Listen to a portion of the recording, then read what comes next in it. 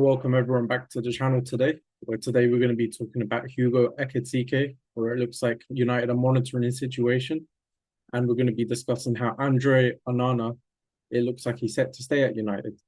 So if you could just ask if you could like and subscribe, it goes a long way. That means a lot. And yeah, we can get straight into the video.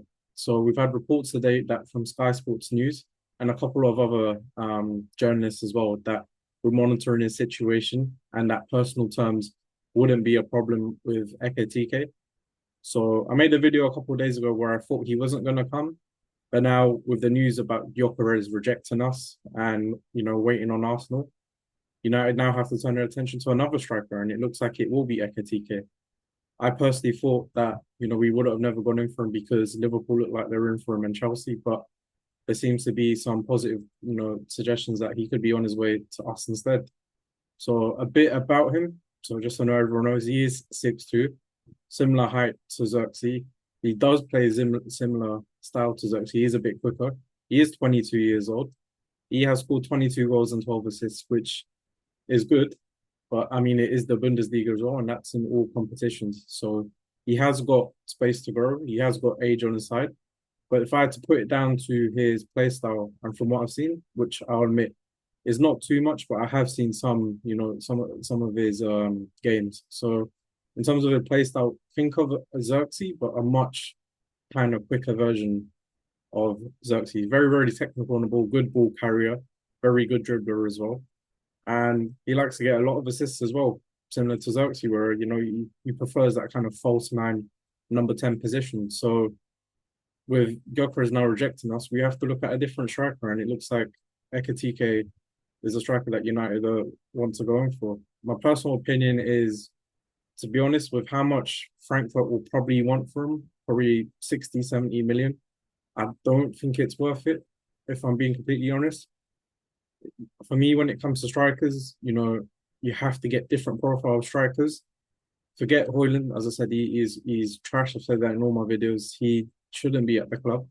But I mean, when you look, we've already got a Xerxes type profile. I think the club, we were looking for more someone who's very, very prolific. And Ekitike is more of a player similar to Xerxes. He has similar qualities, similar play style. And he's a similar age to Xerxes. So I'm a bit confused. I'm not saying he's a bad player at all, but I thought we were going to go in for, a more prolific striker. But I guess with a situation where Gyökeres has now rejected us, that's Gyökeres, that's the lap gone. I mean, Osimhen wants crazy wages, so it doesn't look like we're going to be in for him as well. So we're at a bit of a standstill, and I've been thinking about it that maybe, you look at teams like PSG, they play three number 10s. Could it be that maybe instead we could see Mbeumo up top? A lot of teams play, with three number 10s now. PSG literally went ahead and won the Champions League with Dembele, Doué, and Kvaratskhelia up front without playing Gonzalo Ramos, who's their striker. So it can be done. And I think we have the benefit that Mbeumo and Cunha are very, very prolific as well. Both of them have played up front for their teams before, so it's not like it would be new for them. So maybe we can look for a number 10 instead. Maybe that's where United could possibly look. I don't think Bruno can play it.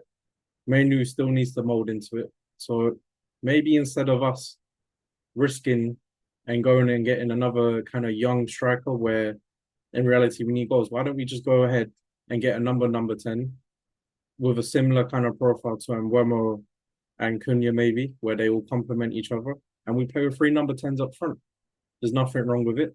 PSG won the league, did the treble, won the Champions League with it.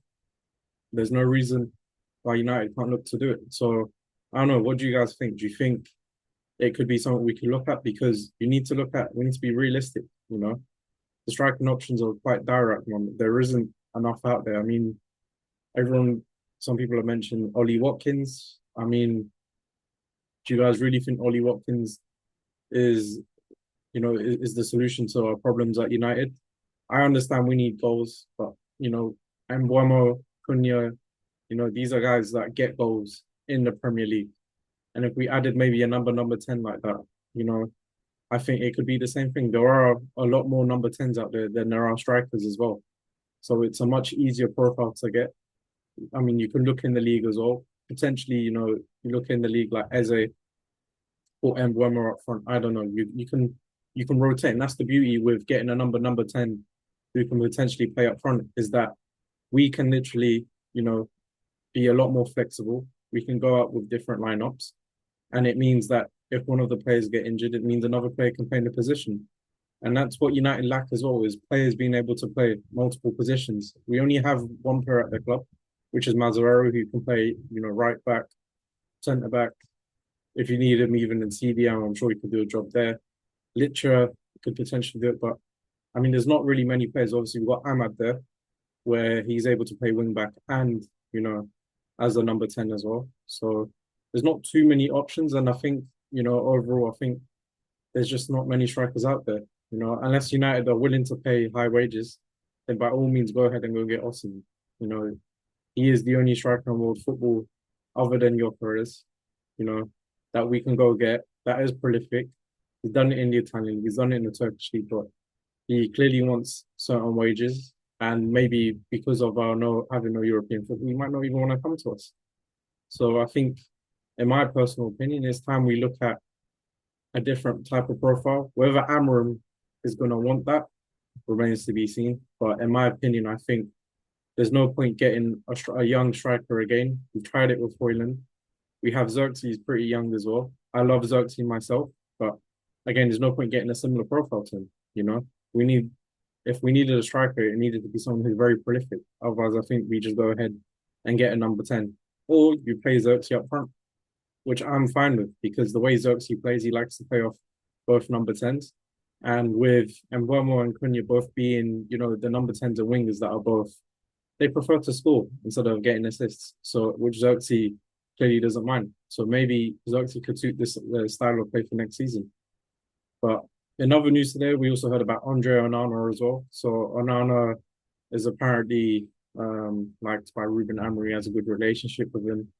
And Amorim's happy to continue playing with him. This is a player that in his first season cost us in the Champions League. This season, we've been really bad, but he's helped us be really bad as well. It doesn't help a team when you can't trust the keeper behind you, the person who starts it all. If you don't have a strong keeper, you're not going to get anywhere.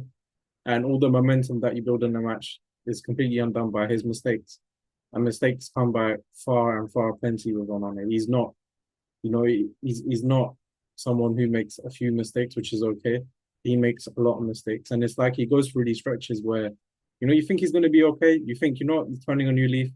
And then he just becomes the Onana we all know with the reputation that he's built. And, I don't know how Inter Milan sold us for him. Did that Champions League final give him all this PR, which he didn't need? Yes. Had I not watched that Champions League final, I wouldn't have known he was even there. And United clearly watched it and thought he was a solution when he's clearly not. So I think we need to look to move him on. Whether the club's going to do that remains to be seen.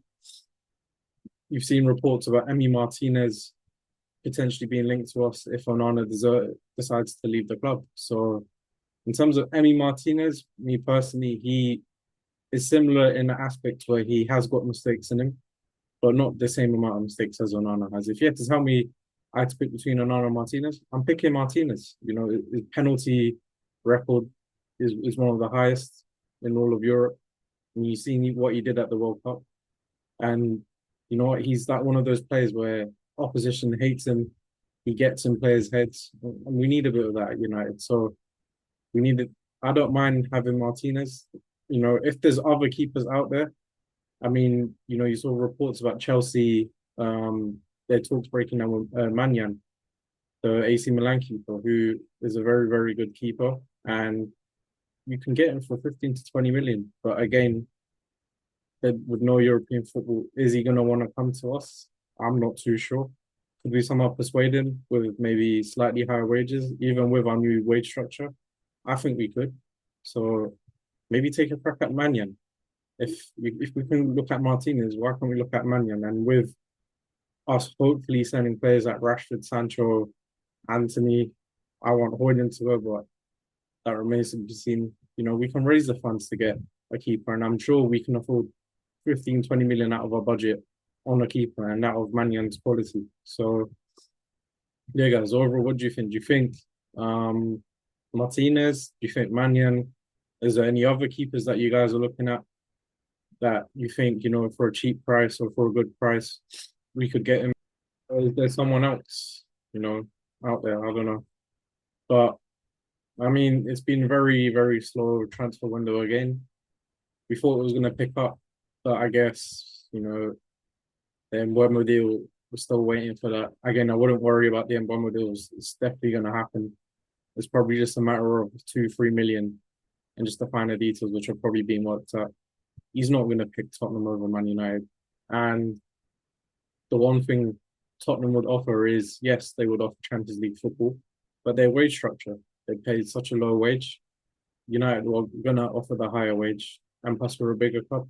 So I wouldn't worry about the Mbeumo deal. That looks like it's been, completed hopefully soon. And yeah, it's been still quite slow in the transfer window, but I would have liked to see, maybe us in for another midfielder.